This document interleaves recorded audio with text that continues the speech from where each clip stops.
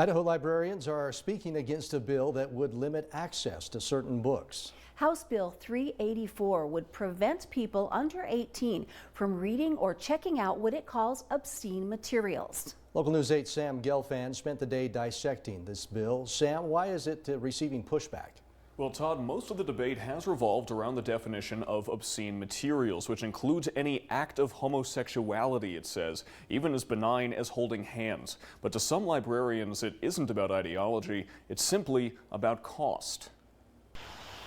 Idaho Falls Public Library Director Robert Wright is in Boise, preparing to testify against House Bill 384. This bill requires libraries to create an adults-only section, which turns my librarians and my library staff into policemen instead of people there to help you, and that's problematic for us. He says the proposed restrictions would be nigh impossible to enforce. For smaller libraries, just the cost involved. I mean, I talked to the Soda Springs librarian. She says they have 2 librarians on duty, and in the summertime they have 600 kids that'll come into the library at once. How do 2 people police 600 kids? They wouldn't just have to police the most frequently challenged titles like And Tango Makes 3, a nonfiction children's book about male penguins raising an egg.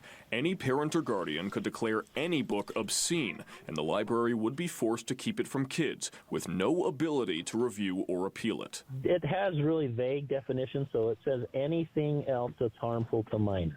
So if you thought the Hungry Caterpillar was harmful to minors, because of the vagueness of the bill, it's possible that you could challenge that. The bill's predecessor passed both chambers last year, but it was vetoed by the governor. I was very concerned that some of the language in there would create a bounty system to where people could get $2,500, particularly from a small single-room library only run by volunteers. This time around, if a library doesn't restrict a book, that bounty's $250. If you look at a smaller library, the $250 could be a big hit to them, but the attorney's fees is going to be an even larger hit. And if you make the viability of a library much more expensive, or maybe even not at all, it's going to have a detrimental effect on all of Idaho.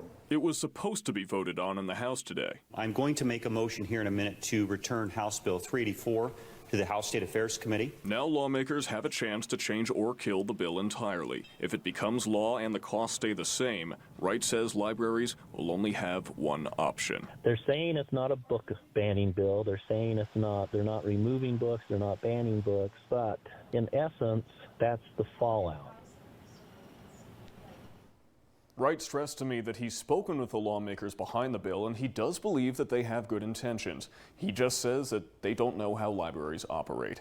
Sam Gelfand, Local News 8. Todd, Linda, back to you. Okay, we'll see where this goes. Thanks a lot, Sam.